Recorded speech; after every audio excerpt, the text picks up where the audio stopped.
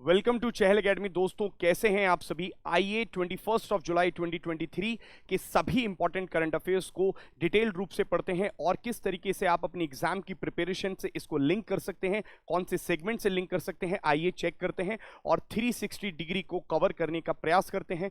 सबसे पहले front page पे चेक करते हैं कौन सा आर्टिकल आया है।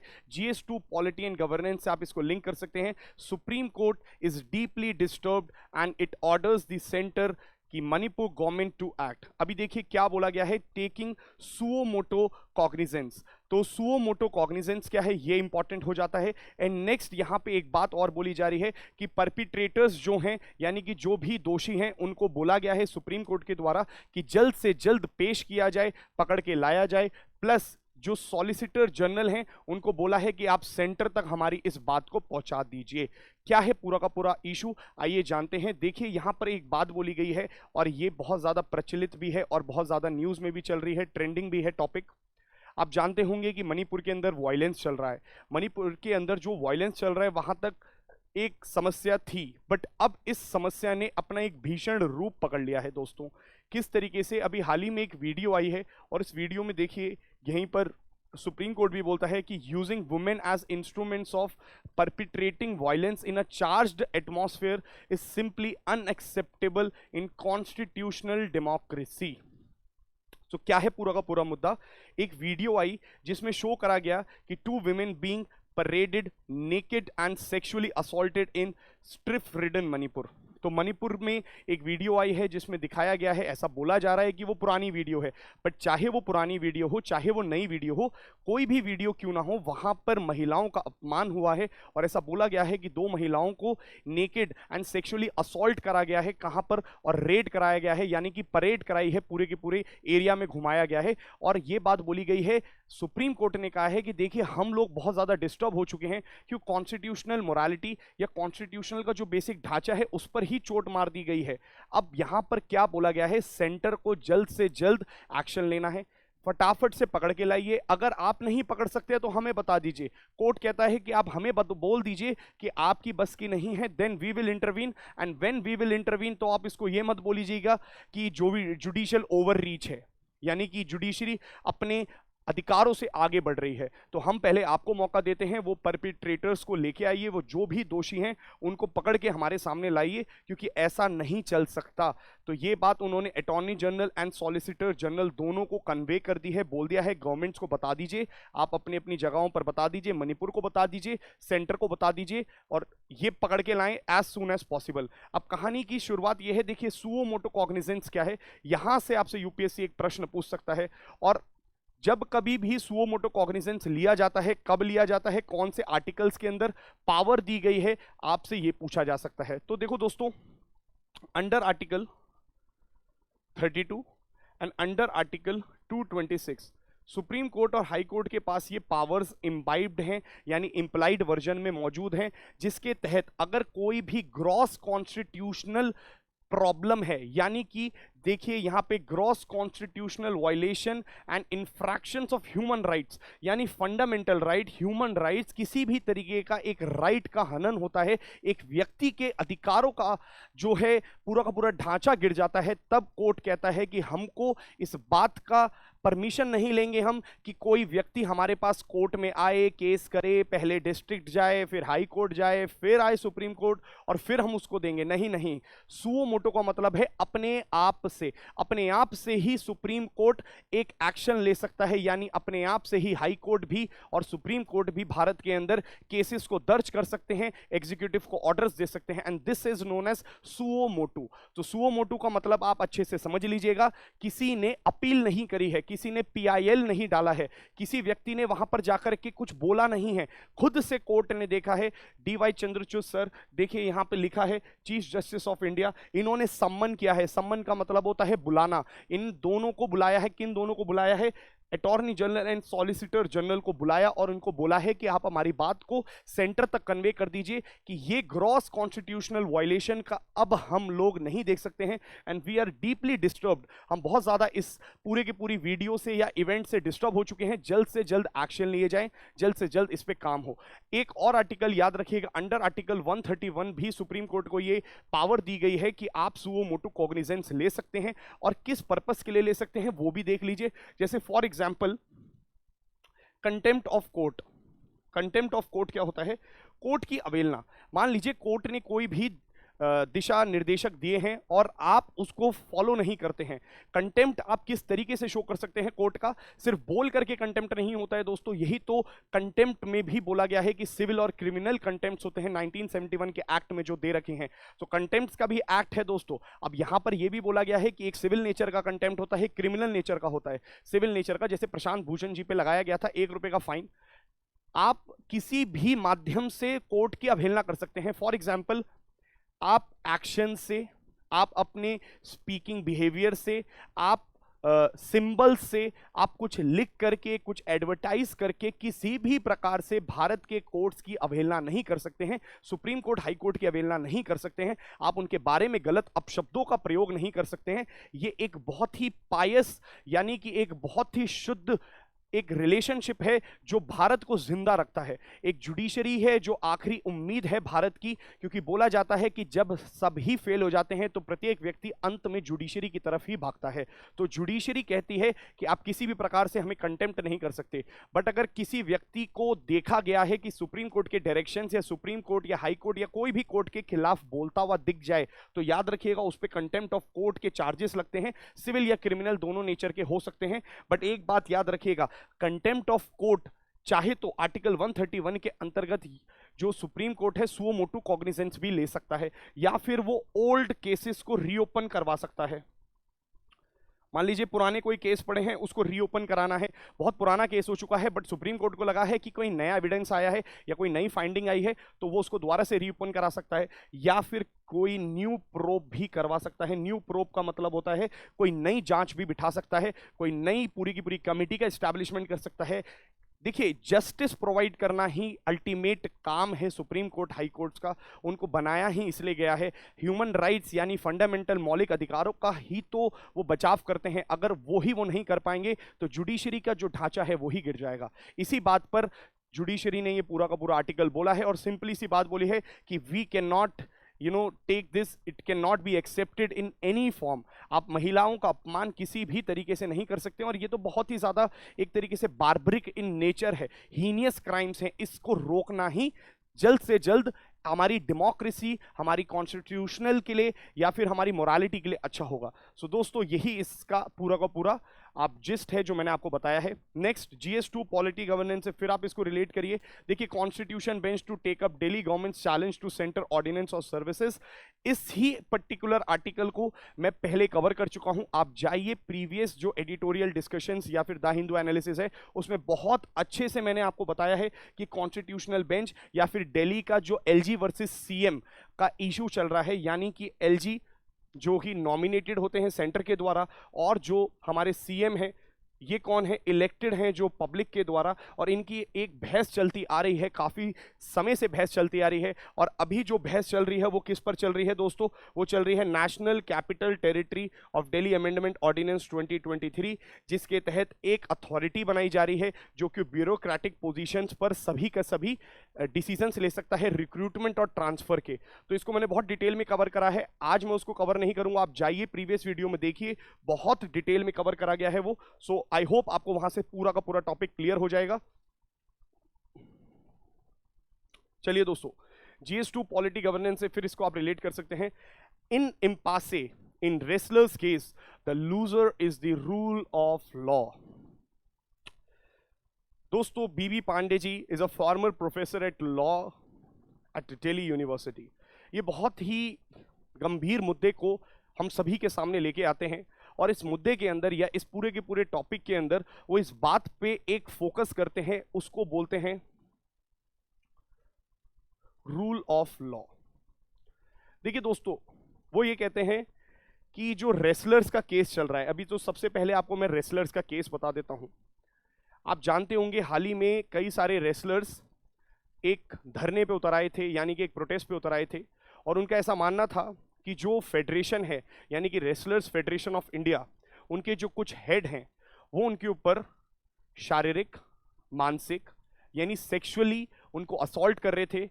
उनको कई तरीके की प्रॉब्लम से गुजरना पड़ रहा था, और वो प्रॉब्लम्स कोई छोटी मोटी प्रॉब्लम्स नहीं है, दे वर बीइंग सेक्सुअली असॉल्टेड। ऐसे गंभीर चार्जेस लगाए गए थे रेसलर कम्युनिटीज के द्वारा, और उस रेसलर कम्युनिटीज में कोई छोटे मोटे लोग नहीं हैं दोस्तों। हमारे यहाँ पे वो लोग हैं जो गोल्ड मेडल लेके आए हैं, वो लोग हैं जो कॉमनवेल्थ गेम्स में जीत चुके हैं, वो व्यक्ति वहां पे खड़े हैं जिन्होंने ओलंपिक में मेडल्स जीते हैं। तो दोस्तों यहाँ पर तो पूरा का पूरा स्ट्रक्चर ही चेंज हो गया। तो जैसे ही रेसलर्स ने कंप्लेंट करा आपके रेसलर्स फेडरेशन ऑफ इंडिया के खिलाफ, फिर आप देखेंगे एक सीरीज ऑफ पॉलिटिक्स चलने लग गई भारत के अंदर। तो हुआ क्या, पहले वो धरना देने गए, उन्होंने एफआईआर दर्ज कराने की कोशिश करी। तो इनिशियली तो जो हमारी पुलिस अथॉरिटीज हैं उन्होंने एफआईआर दर्ज ही नहीं करी, किसी भी मुद्दे पे एफआईआर दर्ज नहीं करी। जबकि ये जो केसेस हैं वो केसेस किसके केसेस हैं, यहां पे मैं आपको दिखा देता हूं। ये जो केसेस हैं यहां पे पॉस्को लगता है दोस्तों, protection of children from sexual offences act of 2012। ये 2012 का एक्ट है, पॉस्को एक्ट। तो पॉस्को एक्ट लगा है यहाँ पे। अब पॉस्को एक्ट क्या है, एक ऐसा एक्ट है जिसके तहत ये बोला जाता है कि अगर चिल्ड्रन चाहे वो मेल भी हो चाहे वो फीमेल भी क्यों ना हो, तो देखो मेल भी हो सकता है फीमेल भी हो सकता है, बट हाँ अंडर 18 साल से छोटे कोई भी व्यक्ति के साथ अगर सेक्सुअल असॉल्ट होता है तो वो पॉस्को की डेफिनेशन में आता है। अच्छा, 18 साल से ऊपर वाले में और पॉस्को में क्या फर्क है, देखिए पॉस्को में जो सजाएं हैं वो बहुत ज्यादा स्ट्रिंजेंट है। जैसे फॉर एग्जांपल एक पॉस्को में आपने एक लिमिट दे रखी है, लिमिट क्या दे रखी है कि आज का केस नहीं, पिछले 10 साल पुराना केस भी उठा के ले आइए, कोर्ट इस बात पे ये नहीं बोल सकता कि ये तो बहुत पुराना केस हो गया। मतलब जैसे फॉर एग्जांपल एक बच्चे का या एक व्यक्ति का शारीरिक शोषण हुआ है, और वो शारीरिक शोषण कब हुआ है, आज से 50 साल पहले, 20 साल पहले, और वो आज केस लेके आता है, तो पॉस्को के अंदर ये बात बोली गई है कि उसको दर्ज करा जाएगा। प्लस मैं आपको एक बात और बता देता हूं, यहां पे पॉस्को में यह भी बोला गया है कि एफआईआर दर्ज होगी ही होगी। अगर एफआईआर दर्ज नहीं करी पॉस्को के अंतर्गत तो भी सजाओं का पूरा प्रावधान है। किसको सजाएं मिलेंगी वहां पे, जो एग्जीक्यूटिव के लोग हैं उनको यहां पे सजाएं देने का प्रावधान दिया गया है। और पॉस्को एक बहुत ही गंभीर एक्ट है, यानी कि एक बहुत ही स्ट्रिंजेंट एक्ट है जो बहुत रिग्रेस पनिशमेंट के साथ आता है। तो यानी कि जब वर्ल्ड आपके रेसलर्स फेडरेशन ऑफ इंडिया के खिलाफ जो रेसलर्स ने कंप्लेंट करी है, वहां पे कुछ बच्चों का भी शारीरिक शोषण हुआ है, ऐसी कंप्लेंट्स भी आई हैं, ऐसी एलिगेशंस भी लगाई गई हैं जो सीनियर मोस्ट वहां पे अथॉरिटी है उनके खिलाफ। तो आप यहां से एक बात समझ सकते हैं, पॉस्को के अंतर्गत जो कि इतना स्ट्रिंजेंट एक्ट है, जो बच्चों को प्रोटेक्ट करता है, जो चाहे वो मेल क्यों ना हो चाहे फीमेल क्यों ना हो, 18 साल से कम वाले, और जहां पे एफआईआर मैंडेटरी है, उसमें भी एफआईआर दर्ज नहीं हुई।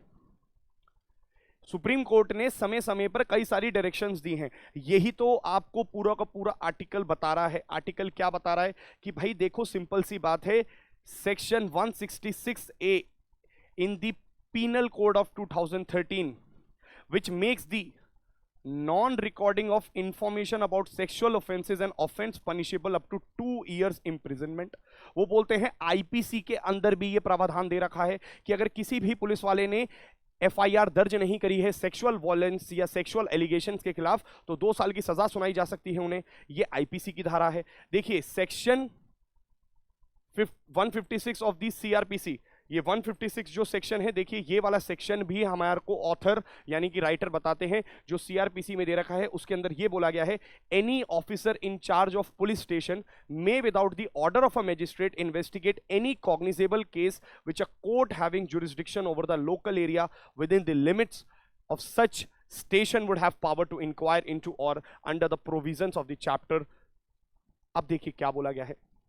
हम बोलते हैं कि पुलिस वाले तब तक केस नहीं कर सकते, या तब तक आपके ऊपर एलिगेशंस, या तब तक आपके ऊपर वारंट नहीं लगा सकते, या आपकी जांच पड़ताल नहीं कर सकते, जब तक वो मैजिस्ट्रेट से एक ऑर्डर ना ले ले, वारंट ना इशू करवा ले। तो एक्चुअल प्रोसीजर क्या होता है, एक पुलिस वाले को पहले वारंट लेना पड़ता है मैजिस्ट्रेट से, and then they will go and आपको सजा दे सकते हैं। सजा इन द सेंस आपको गिरफ्तार कर सकते हैं या पकड़ के ला सकते हैं। वारंट इशू करना जरूरी है। बट यहीं पे ऑथर ये बात बोलते हैं कि भाई देखो ना 156 जो सेक्शन दे रखा है, इसमें तो ये प्रावधान भी दे रखा है कि अगर कोई कॉग्निजेबल ऑफेंस है यानी सेक्सुअल वायलेंस वाला या कोई बहुत ही हीनियस क्राइम वाली बात हो रही है, उसमें आपको मैजिस्ट्रेट के ऑर्डर का वेट करने की जरूरत नहीं है। अगर आपके थाने यानी जो आपका स्टेशन है उसके लिमिट्स में वो केस हुआ है तो आप खुद से जा सकते हैं। इसमें तो आपको पूछने की जरूरत ही नहीं थी।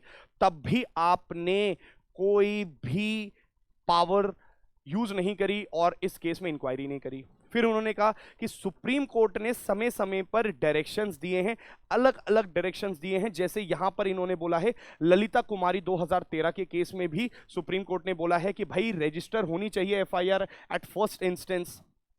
तो पूरा का पूरा मुद्दा यह है कि एफआईआर रजिस्टर ही नहीं करी गई फर्स्ट केस में। फिर सुप्रीम कोर्ट ने इंटरवीन किया और सुप्रीम कोर्ट के कहने पे एफआईआर दर्ज हुई है। ये बात ऑथर बताते हैं कि दिल्ली पुलिस ने देखी as a sequel to the orders of the court, the Delhi police registered 2 FIRs, the first under section 354, 354A, 354D and 506 of the Indian Penal Code। क्या आपको ये सारे सेक्शंस याद करने हैं? यूपीएससी के लिए बिल्कुल याद करने की जरूरत नहीं है दोस्तों, सिर्फ समझने के प्रयास करना है। एथिक्स इंटीग्रिटी से आप इसको रिलेट कर सकते हैं। गवर्नेंस के इंफ्रास्ट्रक्चर जो चल रहा है, पूरा का पूरा गवर्नेंस इंफ्रास्ट्रक्चर से आप इसको रिलेट कर सकते हैं। बाकी एज सच यूपीएससी डायरेक्टली आपसे ये सब नहीं पूछ सकता। बट हाँ, आप अगर पढ़ना ही चाहते हैं तो पॉस्को जरूर पढ़िएगा दोस्तों, काफी ज्यादा न्यूज में है पॉस्को। और एक और एक्ट पढ़िएगा पॉश 2013, यह है prevention of sexual offences at या sexual offences and harassment at workplace. ये पॉश एक्ट भी बहुत ज्यादा इंपॉर्टेंट है। इस पॉश एक्ट के अंदर भी क्या बोल रखा है कि भैया वर्क प्लेस में या कि जहां पे लोग काम करते हैं वहां पे हैरेसमेंट नहीं हो सकती, सेक्सुअल हैरेसमेंट नहीं हो सकती। इसी के अंतर्गत आप देखेंगे आईसीसी एक इंटरनल कमिटी बनाई जाती है पूरी की पूरी, जो इन सारे इश्यूज पर काम करती है। कहां पर कमिटी बनाई जाती है? हर ऑफिस के अंदर जहां पे 10 से ज्यादा एम्प्लॉय होंगे, तो 10 से ज्यादा अगर एम्प्लॉय कहीं पर मौजूद हैं तो आईसीसी का गठन होता है और आईसीसी सारे के सारे डिसीजन लेती है। कोई भी अगर सेक्सुअल ऑफेंस से रिलेटेड वर्क प्लेस पे कोई एलिगेशन लगाई गई है किसी के भी द्वारा। सो देखिए यहां पे क्या बोला गया है कि पॉश और पॉस्को काफी ज्यादा न्यूज में रहे हैं, तो आप उसको पढ़ सकते हैं।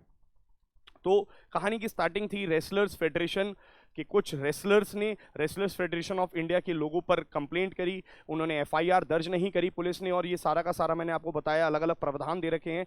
बट अल्टीमेटली फिर निकला क्या दोस्तों? अल्टीमेटली ये हुआ कि कोर्ट ने इंटरवीन किया, कोर्ट के कहने पे दिल्ली पुलिस ने करा। अब सवाल यहां पर पूरा का पूरा जो वो पूछ रहे हैं ना, वो ये पूछ रहे हैं there is a weakening of the rule of law in India, best exemplified in the impasse in this wrestlers sexual harassment complaint and the feeble administrative judicial and political attempts to ensure justice। वो बोल रहे हैं कि इस पूरे मुद्दे से सिर्फ एक क्रक्स निकल के आया है कि भारत के अंदर जो रूल ऑफ लॉ है ना वो फीबल है। रूल ऑफ लॉ जो है ना वो ढंग से काम नहीं करता है। रूल ऑफ लॉ जो है ना वो हमारा इस तरीके से वर्क कर रहा है कि आज भी ढंग से प्रोवाइड नहीं कर पा रहा है जो जस्टिस की हम लोगों ने डिमांड करी थी। जिस चीज की ये बात कर रहा है वो आज तक प्रोवाइड नहीं कर पा रहा है। आज भी पॉलिटिकल पार्टीज या फिर जुडिशरी या फिर एडमिनिस्ट्रेटिव जो भी फंक्शनिंग है इसको पूरा करने में नाकामयाब हैं। तो वो कामयाब नहीं हो पा रही हैं। तो क्यों नहीं हो पा रही हैं, उसी से रिगार्डिंग ऑथर हमें एक और चीज बोलते हैं कि भाई देखो एक चीज कंसेप्ट हम लोगों को जानना है, दैट इज आर्टिकल 14। आर्टिकल 14 जो रूल ऑफ लॉ की बात करता है दोस्तों, तो उस आर्टिकल 14 के अंदर क्या क्या चीजें बता रखी हैं।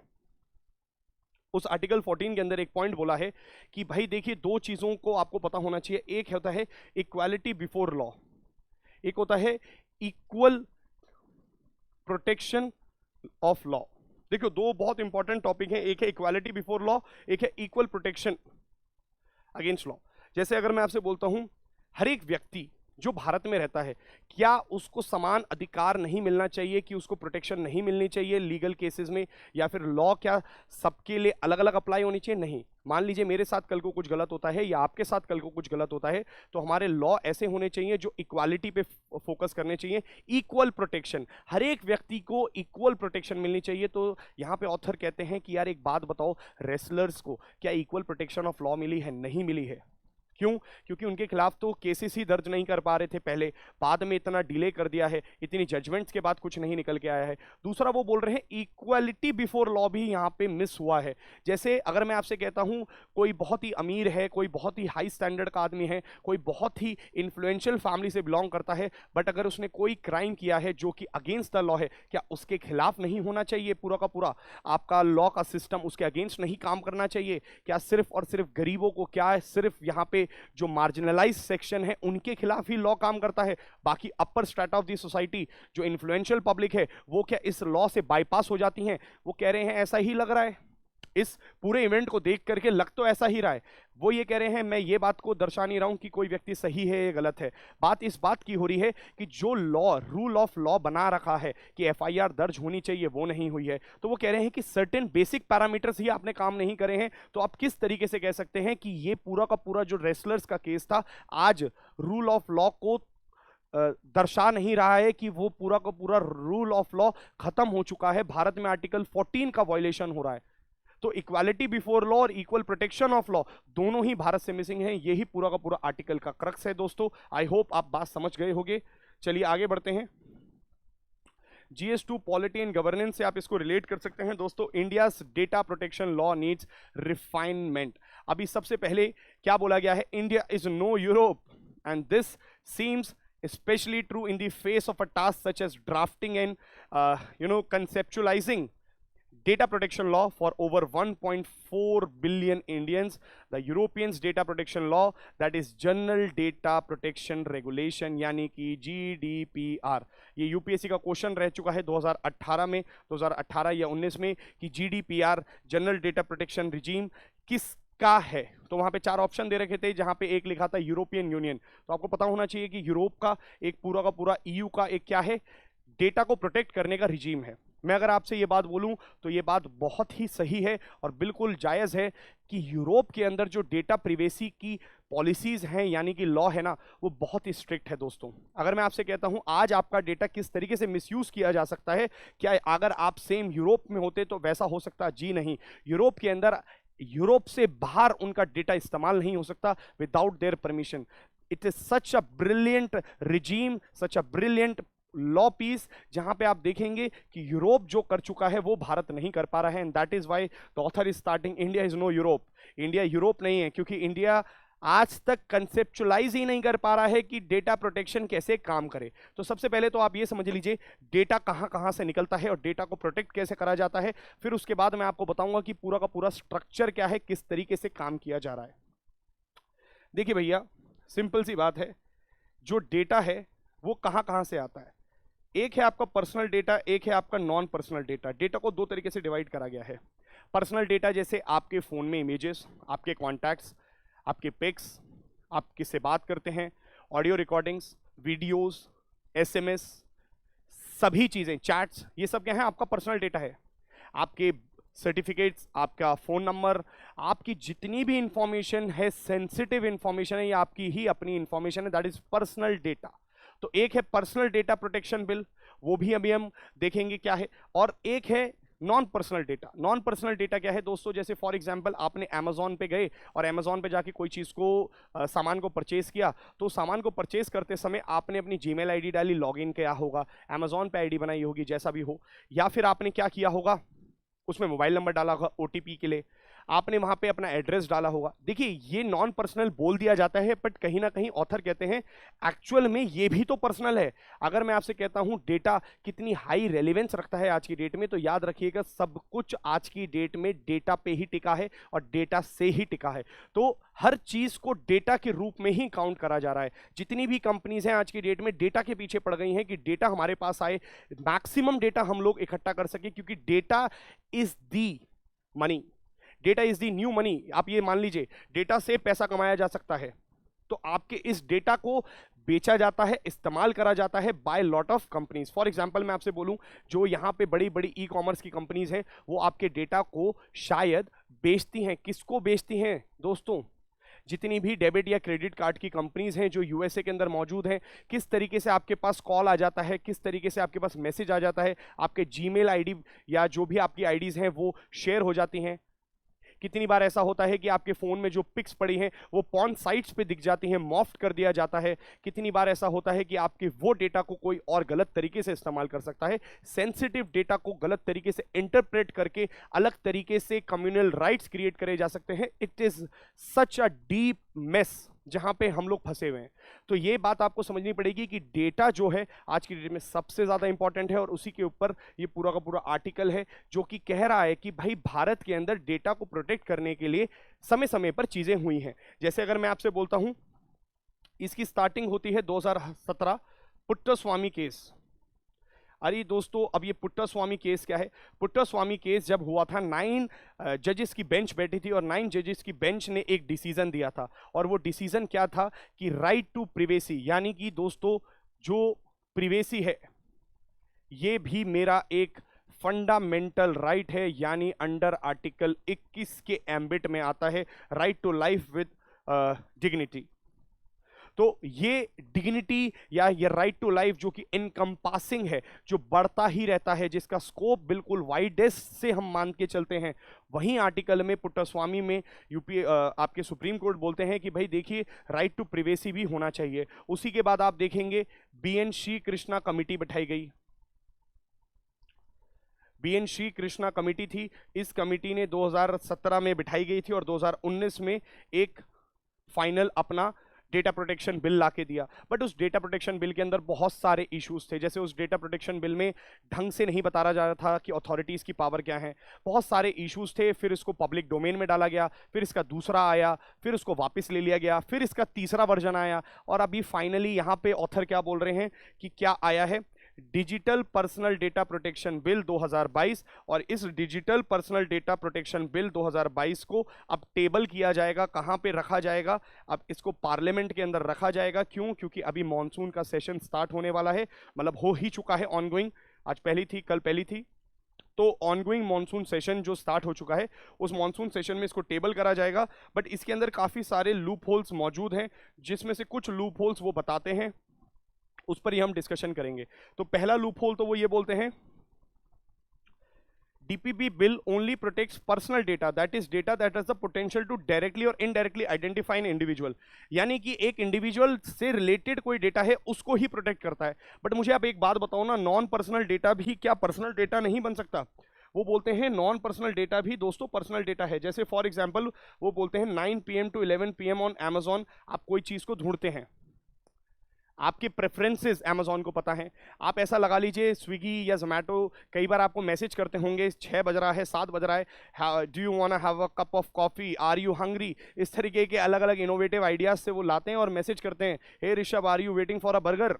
अब इस तरीके से आप क्या करते हैं, आप उनको आपका एक ट्रेंड समझ में आ गया है कि ये व्यक्ति जो है 7 बजे से 9 बजे के बीच में बाहर से खाना मंगवाता है, और उसी समय वो आपके प्रेफरेंसेस को अलाइन करते हैं और दे देते हैं। अब मैं आपसे एक सवाल पूछता हूं कि अगर इस तरीके की चीजें यहाँ पे मौजूद हो रही हैं या हो पा रही हैं, तो आप मुझे एक बात बताइए, क्या आपका ये जो नॉन पर्सनल डेटा है ये आपको, आपकी प्रोफाइल आपको प्रेडिक्ट या आपको मॉनिटर नहीं कर सकता? बिल्कुल कर सकता है।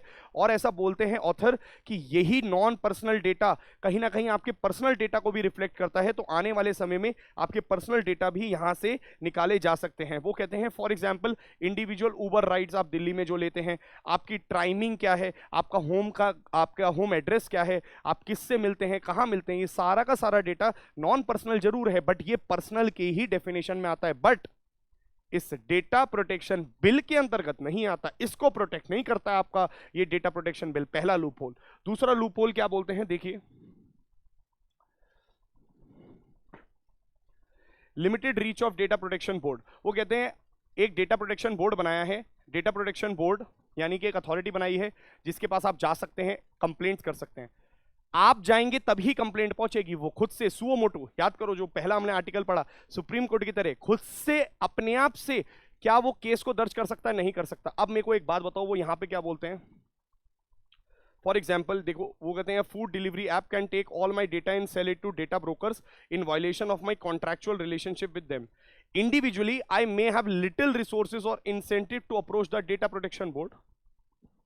वो बोलते हैं कि यार देखो, एक आदमी को अगर मैं किसी पूरे भारत में 150 करोड़ की पॉपुलेशन में किसी एक व्यक्ति का डेटा बेच दूंगा और उससे मैं पूछूंगा आपका डेटा बेच दिया, आप जाओ डेटा प्रोटेक्शन बोर्ड कंप्लेंट करो, उसके खिलाफ हम एक्शन लेंगे, वो बोलेगा यार मेरे को क्या, उसको रेलिवेंस नहीं पता है, लैक ऑफ अवेयरनेस की प्रॉब्लम है यहाँ पे। अभी तक लोगों को इस बात की समझ ही नहीं है कि प्रोटेक्शन भी होना चाहिए आपके डेटा का।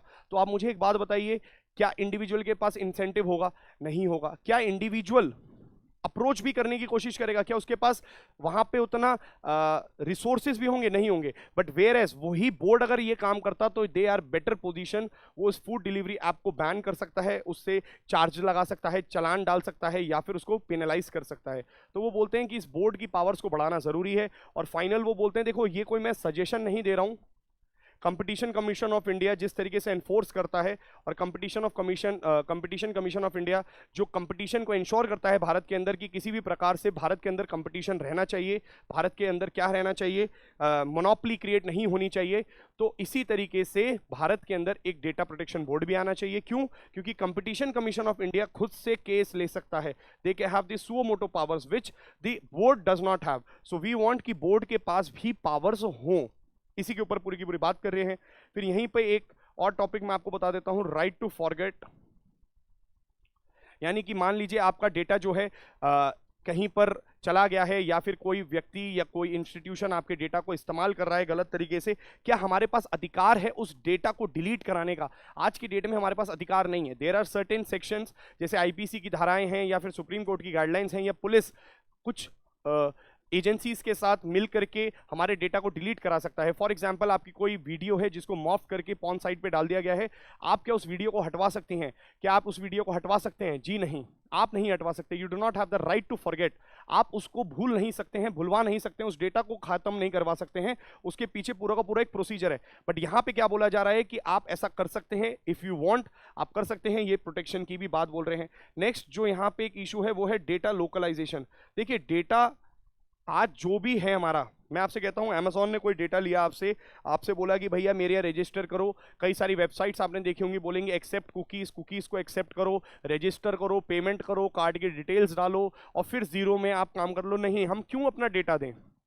चलो हमने डेटा दे भी दिया, आपको पता है कि आपका सारा का सारा डेटा कहां पे स्टोर होता है? क्योंकि ये यूएसए बेस्ड कंपनी है, यानी बाहर की कंपनीज होती हैं, तो इनके जितने सर्वर्स होते हैं वो बाहर लगे होते हैं।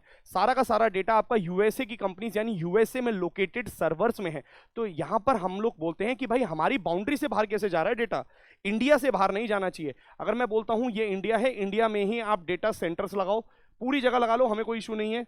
भारत के अंदर होना चाहिए डेटा हमारा स्टोर्ड। आप हमारी परमिशन के बगैर यूएसए कैसे ले जाते हैं data?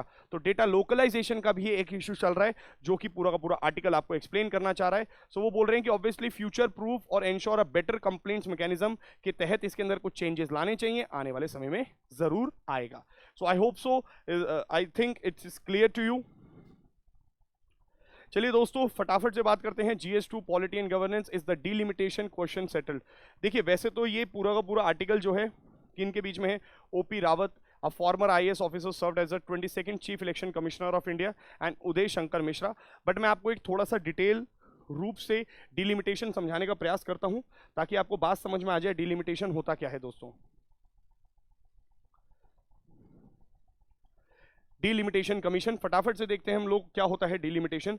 Delimitation is the act of redrawing boundaries of Lok Sabha and assembly states. Assembly के अंदर जो स्टेट्स हैं, यानी कि असेंबली में जो कॉन्स्टिट्यूएंसीज जिसे हम कहते हैं, और लोकसभा की जो सीट्स होती हैं, उनकी बाउंड्रीज को रीड्रॉ करने का नाम होता है डिलिमिटेशन कमीशन। क्यों किया जाता है? ताकि इक्वल रिप्रेजेंटेशन मिल सके हर एक व्यक्ति को और इक्वल पॉपुलेशन सेगमेंट को। कहने का मतलब यहां पे क्या है? एक वोट, एक व्यक्ति, एक पॉपुलेशन एक वोट को रिप्रेजेंट करे, एक सेगमेंट को रिप्रेजेंट करे, और इक्वल रिप्रेजेंट करे। अभी मैं आपको बताऊंगा इक्वल रिप्रेजेंटेशन का मतलब क्या है। मतलब कि जितनी जहां पे जितनी पॉपुलेशन हो, पॉपुलेशन के हिसाब से इक्वल रिप्रेजेंटेशन होना चाहिए, ना कि हर एक स्टेट को इक्वल रिप्रेजेंटेशन मिलना चाहिए। जैसे अगर मैं आपसे बोलता हूं कि सिक्किम को आप एक सीट देते हैं, मध्य प्रदेश को आप कई सारी सीट्स देते हैं। क्यों देते हैं? क्योंकि सिक्किम में जितनी पॉपुलेशन है, एक व्यक्ति उतनी पॉपुलेशन पर आपको रिप्रेजेंट करे, और मध्य प्रदेश में क्योंकि पॉपुलेशन बहुत सारी है तो कई सारे लोग चाहिए उतनी ही पॉपुलेशन को रिप्रेजेंट करने के लिए। जैसे एक व्यक्ति है 10 लोगों को रिप्रेजेंट करता है, तो मध्य प्रदेश में भी एक व्यक्ति 10 लोगों को रिप्रेजेंट करेगा। बट मध्य प्रदेश क्योंकि पॉपुलेशन 100 है, तो वहां पे 10 व्यक्ति चाहिए जो 10-10 लोगों को रिप्रेजेंट करें। तो इस तरीके से आप बोलते हैं कि भारत के अंदर लोकसभा और असेंबली स्टेट्स के अंदर कितनी बाउंड्रीज किस तरीके से रीड्रॉ करी जाए। फिर कितना रिप्रेजेंटेशन मिले, it will be depended upon the population. फिर यहाँ पे बोला गया है fair division of geographical area, geographical area का भी फेयर डिवीजन होगा, यानी कि आप बाउंड्रीज को भी ड्रॉ कर सकते हैं अंदर, वो भी मैं भी आपको समझा दूंगा। और यहाँ पे आइडेंटिफाई करा जाता है शेड्यूल कास्ट और शेड्यूल ट्राइब्स की सीट्स को भी। चलिए जल्दी से इस पॉइंट से हम इसको समझने का प्रयास करते हैं। देखिए दोस्तों, ये जो है एक स्टेट है, मान लीजिए, वैसे तो कोई भी स्टेट इस तरीके से सर्कल नहीं है, बट मैं जस्ट आपको एक्सप्लेन करने के लिए बता रहा हूं। मान लीजिए ये पूरी की पूरी एक स्टेट है और मैं आपसे ये बात बोलता हूं कि ये जो एरिया है इसको हम बोलते हैं फर्स्ट एरिया, ये जो एरिया है इसको हम बोलते हैं सेकंड एरिया, और ये जो एरिया है हम इसको बोलते हैं थर्ड एरिया। अब देखो, एक ही स्टेट के अंदर 3 एरिया मैंने आपके सामने डिफाइन कर दिए हैं। अब आप देखिए, पहला जो आपको चीज समझनी है वो क्या समझनी है दोस्तों, कि हाँ जी, पहली चीज क्या समझनी है कि ये तीनों का एरिया अलग अलग है। जैसे कि फर्स्ट वाले का एरिया थोड़ा कम है, सेकंड वाले का थोड़ा उससे ज्यादा, और तीसरे वाले का सबसे ज्यादा एरिया है। एरिया अलग अलग है, एक ही स्टेट के अंदर अलग अलग कॉन्स्टिट्यूएंसीज की मैं बात कर रहा हूं। और मान के चलते हैं हम लोकसभा की बात कर रहे हैं, अभी के लिए मैं आपको स्टेट असेंबली की बात नहीं कर रहा हूं, मैं लोकसभा की बात करता हूं। यहां पे 10 लोग रहते हैं, 10 लोगों को रिप्रेजेंट करने के लिए एक व्यक्ति रखा गया है यहां पे, मान लीजिए। अच्छा, दूसरा जो थर्ड टेरिटरी है, थर्ड टेरिटरी में भी मान लीजिए 10 लोग रहते हैं, तो यहां पे रिप्रेजेंटेशन के लिए एक आदमी चाहिए। प्लस जो ये 50 लोग हैं कहां पर रहते हैं, फर्स्ट वाले एरिया में रहते हैं। तो मुझे एक बात बताओ, एक व्यक्ति के लिए अगर आपको 10 लोगों के लिए अगर आपको एक व्यक्ति चाहिए, तो ऑब्वियस सी बात है 50 लोगों के लिए आपको कितने व्यक्ति चाहिए होंगे, 5 रिप्रेजेंटेटिव्स चाहिए यहाँ पे, क्योंकि यहाँ पे पॉपुलेशन डेंसिटी ज्यादा है। तो इस बात से आपको ये समझना पड़ेगा कि एक स्टेट के अंदर किस एरिया में या इस स्टेट के अंदर किस कॉन्स्टिट्यूएंसी का या किस जगह का एरिया ज्यादा है, उससे हमें लेना देना नहीं है। हो सकता है थर्ड का एरिया बहुत ज्यादा हो बट पॉपुलेशन डेंसिटी बहुत कम हो, फर्स्ट की एरिया कम हो पॉपुलेशन डेंसिटी ज्यादा हो। तो इक्वल पॉपुलेशन पर इक्वल रिप्रेजेंटेशन का नियम है, उसी के लिए डिलिमिटेशन किया जाता है समय समय पर। समय समय पर क्यों? क्योंकि पॉपुलेशन भी चेंज होती रहती है, जिसकी वजह से आपको बाउंड्रीज को रीडिफाइन करना पड़ता है। अब देखो, बाउंड्रीज को आप रीडिफाइन किस तरीके से कर सकते हैं, पहली 2 चीजें समझ लीजिए। बाउंड्रीज को रीडिफाइन करने का 2 कारण है। एक तो है जो मैंने आपको बताया, जैसे ये था 1 एरिया, ये था 2 एरिया और ये था 3 एरिया। इस 1 एरिया के अंदर कितने रिप्रेजेंटेशन के लिए कितनी सीट्स हैं, जैसे 50 लोग हैं तो कितने लोग आपको चाहिए, 5। यहाँ पे आपको कितने चाहिए थे, 10 लोगों पे एक व्यक्ति, यहाँ पे 10 लोगों पे एक व्यक्ति। करेक्ट, यहाँ तक बात समझ में आई आपको। बट मुझे आप एक बात बताओ, 10 साल बाद 50 साल बाद यहाँ पे पॉपुलेशन चेंज हो जाती है, हर जगह पॉपुलेशन चेंज होती है, और यहाँ पे अब 500 लोग रहते हैं, 50 नहीं रहते हैं। तो अब अगर 500 लोग रहते हैं तो मुझे एक बात बताओ, क्या यहाँ पे आपको 50 लोग चाहिए कि नहीं चाहिए? इसका मतलब आप यहाँ पे चेंज कर दोगे ना, टोटल नंबर ऑफ सीट्स ही आपने चेंज कर दी। यहाँ पे मान लीजिए आज की डेट में 10 लोग नहीं रहते हैं, 100 लोग रहते हैं, तो आपको 10 सीटें चाहिए यहाँ पे। यहाँ पे अगर थर्ड वाले एरिया में भी 100 लोग चाहिए तो 10 सीटें चाहिए। इसका मतलब एक तो है कि आप total number of seats he change कर दो, एक तो होता है नंबर ऑफ सीट्स चेंज कर दिया जाता है डिलिमिटेशन के द्वारा। एक और तरीका होता है दोस्तों, आप जिस तरीके से डिलिमिटेशन कर सकते हैं, total number of seats same रहें। जैसे फॉर एग्जांपल ये first area, sorry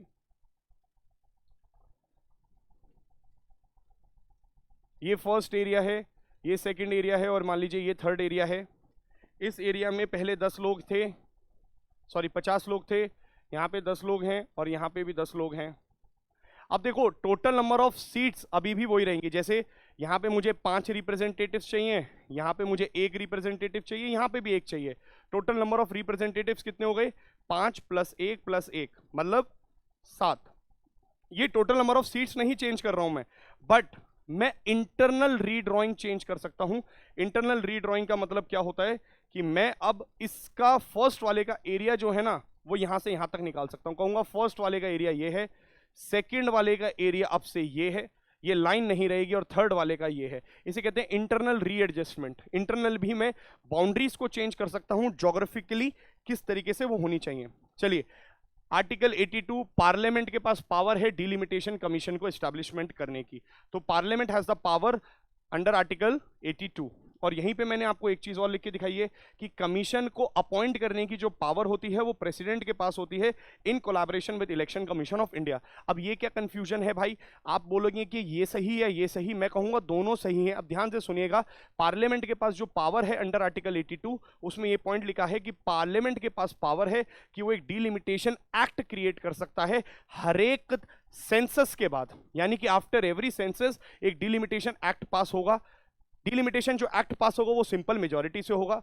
delimitation act पास करते ही जो आपके प्रेसिडेंट साहब हैं या प्रेसिडेंट मैम हैं, ये क्या कर सकते हैं, in collaboration with the election commission of India appoint कर देंगी एक डिलिमिटेशन कमीशन। तो प्रोसीजर देख लो क्या होता है। सबसे पहले अंडर आर्टिकल 82 आपका एक डिलिमिटेशन एक्ट निकलता है। इस एक्ट ये कब निकलता है, उससे पहले एक सेंसस हुआ होना चाहिए, यानी कि हर सेंसस के बाद, एवरी ईयर के सेंसस के बाद, हर 10 साल के सेंसस के बाद एक एक्ट पास होगा। सेंसस हुआ, एक्ट पास हुआ, उस एक्ट के बेसिस पे प्रेसिडेंट ने इलेक्शन कमीशन ऑफ इंडिया की मदद से एक डिलिमिटेशन कमीशन का गठन किया। आई होप सो ये क्लियर होगा। अब देखो कितनी बार डिलिमिटेशन एक्ट पास हुआ है, 52 में एक डिलिमिटेशन एक्ट पास हुआ है। इसका मतलब इससे पहले एक क्या होना चाहिए था, एक सेंसस, तो 1951 का सेंसस। 63 में एक्ट पास हुआ है तो 1961 का सेंसस। 1973 में एक्ट पास हुआ है तो 71 का सेंसस, और 2002 में हुआ है तो यानी 2001 का सेंसस। चलिए आगे बढ़ते हैं। जो भी डिलिमिटेशन कमीशन की बात होती है वो एक ऑर्डर फोर्स ऑफ लॉ होता है और इसको आप चैलेंज नहीं कर सकते हैं किसी भी कोर्ट में। तो इसकी जो डिसीजंस होते हैं वो फाइनल एंड बाइंडिंग माने जाते हैं। हाँ जी, जो ये रिपोर्ट देता है उसको लोकसभा और स्टेट लेजिस्लेटिव असेंबली के सामने रखा जाता है, बट मॉडिफिकेशंस अलाउड नहीं होती हैं, यानी लोकसभा के जो मेंबर्स हैं या स्टेट लेजिस्लेटिव असेंबली के जो मेंबर्स हैं उसको चेंज नहीं कर सकते, मॉडिफाई नहीं कर सकते हैं, एज इट इज ही रहेगा। अंडर आर्टिकल 81 आप देखेंगे, there shall be allotted to each state number of seats in the House of People यानी कि Lok Sabha in such manner that the ratio between number of population remains same for all states। यानी कि क्या बोला जा रहा है कि भाई देखिए जितनी भी स्टेट्स हैं भारत के अंदर वहां पे नंबर ऑफ पॉपुलेशन अलग अलग है, बट जो नंबर ऑफ रिप्रेजेंटेशन आना चाहिए, वहां से लोग आने चाहिए हमारे लोकसभा के अंदर, वो इक्वल रिप्रेजेंटेशन होना चाहिए। यानी कि अगर मैं कहता हूं सिक्किम से जो व्यक्ति आया है वो जितनी पॉपुलेशन को रिप्रेजेंट करता है, राजस्थान से 10 लोग आते हैं तो वो उतनी ही पॉपुलेशन को रिप्रेजेंट करें।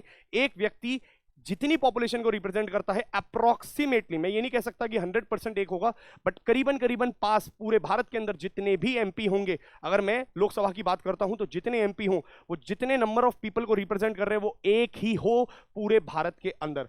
और देखिए आर्टिकल 176 स्टेट लेजिस्लेटिव असेंबली के लिए सेम बात बोलता है, बस वहां पे स्टेट लेजिस्लेटिव असेंबली आ जाती है। क्या प्रिंसिपल्स होते हैं जिस पे डिलिमिटेशन कमीशन आपकी काम करती है? सबसे पहले equal representation, fair divisioning of geographical area, जैसे मैंने आपको बताया इंटरनल रीएडजस्टमेंट भी करा सकता है, 1 vote equals to 1 value.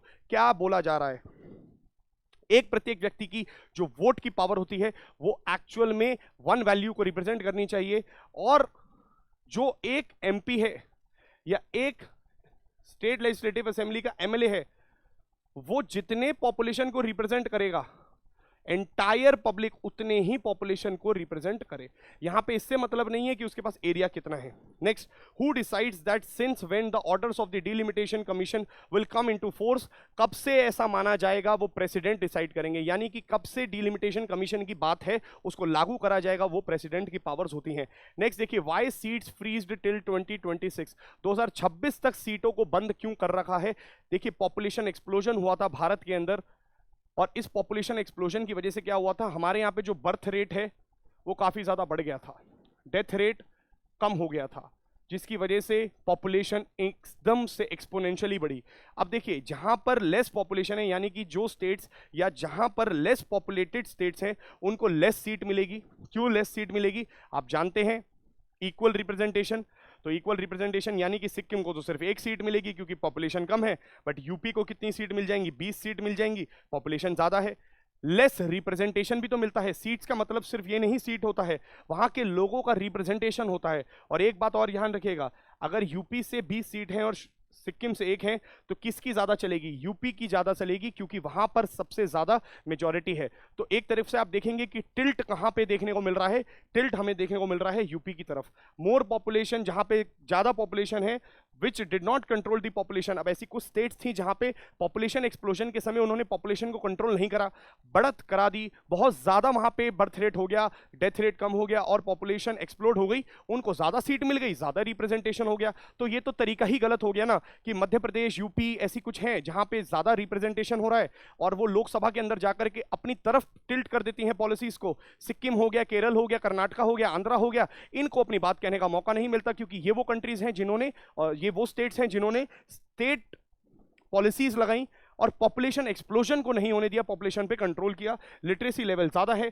To control population growth, आप देखेंगे 42nd कॉन्स्टिट्यूशनल अमेंडमेंट एक्ट 1976 के अंदर एक बात बोल दी गई कि फ्रीज कर दो भैया इसको 2000 तक, यानी कि कोई भी पॉपुलेशन एक्सप्लोजन की वजह से अपने को रिप्रेजेंट ज्यादा ना कर पाए। यानी कि स्टेट्स के अंदर यह आ गया था कि पॉपुलेशन बढ़ाओ, जिससे ज्यादा रिप्रेजेंटेशन होगा, हम ज्यादा पहुंच पाएंगे लोकसभा में और हमारी तरफ पॉलिसी टिल्ट रहेगा।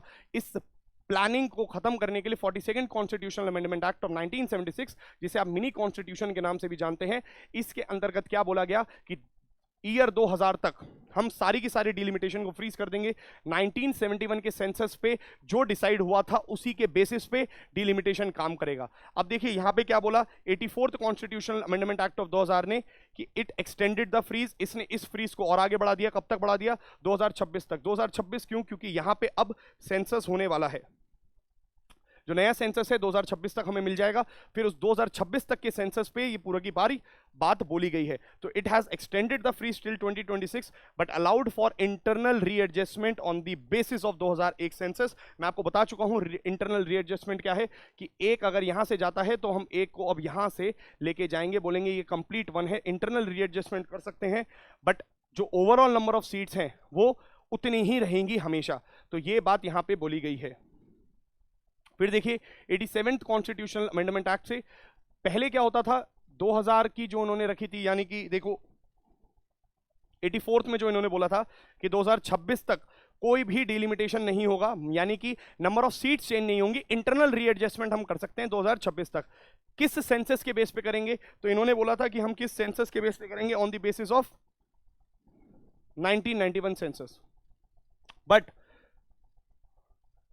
87th कॉन्स्टिट्यूशनल अमेंडमेंट एक्ट से ये 2001 के सेंसस पे आ चुका है। यानी कि आज क्या है, आज फाइनली ये समझ लीजिए आप 2026 तक भारत के अंदर जो रीड्रॉइंग होगी यानी कि डिलिमिटेशन होगी वो overall number of seats change नहीं कर सकती बट इंटरनल बाउंड्रीज का रीएडजस्टमेंट कर सकती है, दैट्स ऑल।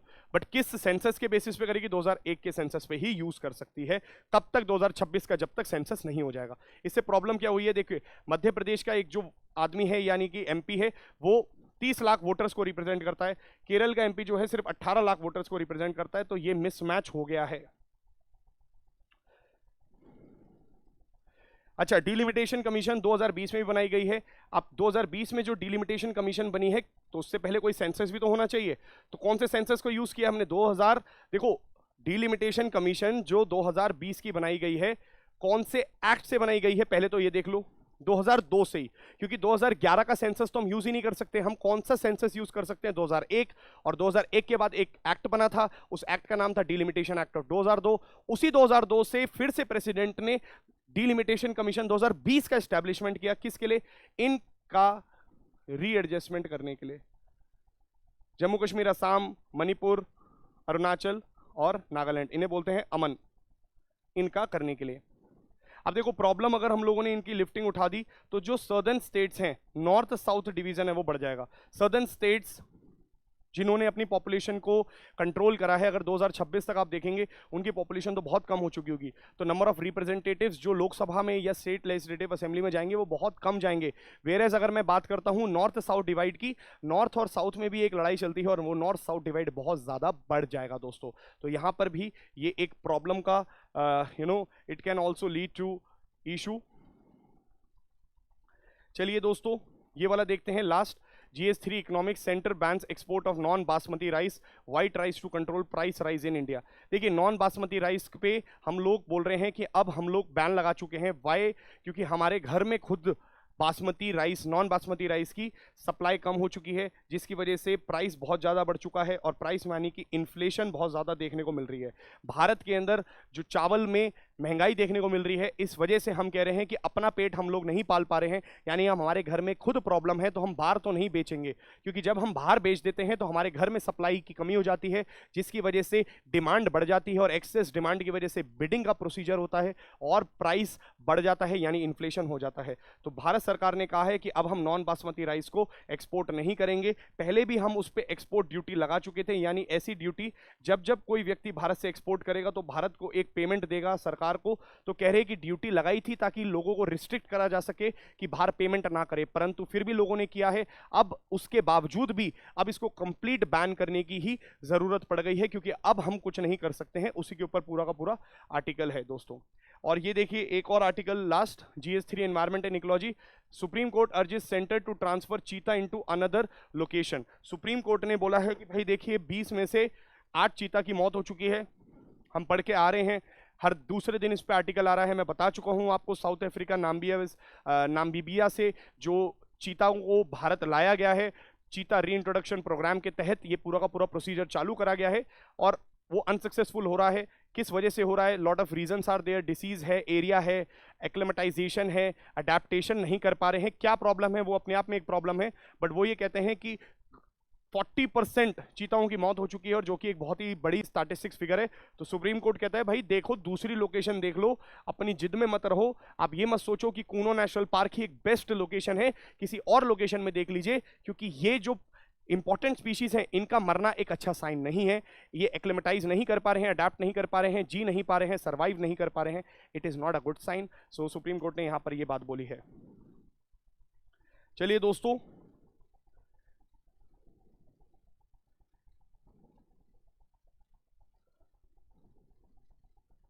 बस मैं आपको ये लास्ट स्लाइड दिखा के आज ही हम इसको यहीं पे खत्म करेंगे। बासमती राइस से रिलेटेड कुछ यूपीएससी आपसे चीजें पूछ सकता है। देखिए ये बहुत ही, बासमती राइस और नॉन बासमती राइस में हम बोलते हैं जैसे टुकड़ा चावल या बासमती, तो मैं बोलता हूं कि लॉन्ग ग्रेन यानी कि एरोमेटिक राइस होता है। प्रेजेंस ऑफ केमिकल है, प्रेजेंस ऑफ केमिकल जो इसको खुशबू देता है, एक एरोमेटिक फ्लेवर देता है। देखिए डिलीशियस टेस्ट, सुप्रीम एरोमा, जब आप एक बासमती चावल को पकाते हैं तो एक खुशबू सी आती है, महक सी आती है, एक फ्लेवर इसका डिस्टिंक्ट होता है, सॉफ्ट टेक्सचर होता है, वो सभी इस वजह से होता है, यानी कि एक तरीके का केमिकल इसमें पाया जाता है। भारत के अंदर 70% पूरे विश्व का बासमती राइस का प्रोडक्शन होता है। कहां पे होता है प्रोडक्शन वो देख लीजिए, पंजाब, हरियाणा, हिमाचल, जम्मू कश्मीर, दिल्ली, उत्तराखंड, यूपी, बिहार, यानी कि मेजरली आप देखेंगे फुट हिल्स ऑफ हिमालय। अब फुट हिल्स ऑफ हिमालय में क्यों होता है? क्योंकि वहीं पे इस तरीके की सॉइल मौजूद होती है। चावल के लिए आप देखेंगे कि पानी का उपयोग ज़्यादा होता है। और फाइनली यहाँ पे आप देख सकते हैं कि कोल्ड वेदर यानी कि थोड़ी सी ठंडी जो वेदर है वो ही इसको सूटेबल होता है बासमती राइस को। दैट इज़ वाई यहाँ पर आप देखेंगे कि बासमती भारत में बहुत ज़्यादा उगता है। बासमती राइस का प्रोडक्शन है और 65% ऑफ द वर्ल्ड का एक्सपोर्ट भी भारत ही करता है। मतलब मोर देन 50%, अराउंड 65% जो विश्व के अंदर बासमती है वो भारत देता है। अभी जो न्यूज़ आई है वो नॉन बासमती की है, बट यूपीएससी आपसे बासमती राइस के ऊपर भी चीज़ें पूछ सकता है। So this is all from my side today दोस्तों। I hope you liked and you enjoyed this session। कोई भी आपके डाउट्स होते हैं तो कमेंट सेक्शन में जरूर बताइएगा। I'll try to solve all your doubts as soon as possible। Thank you so much। We'll see you tomorrow at the same time। Again, thank you so much।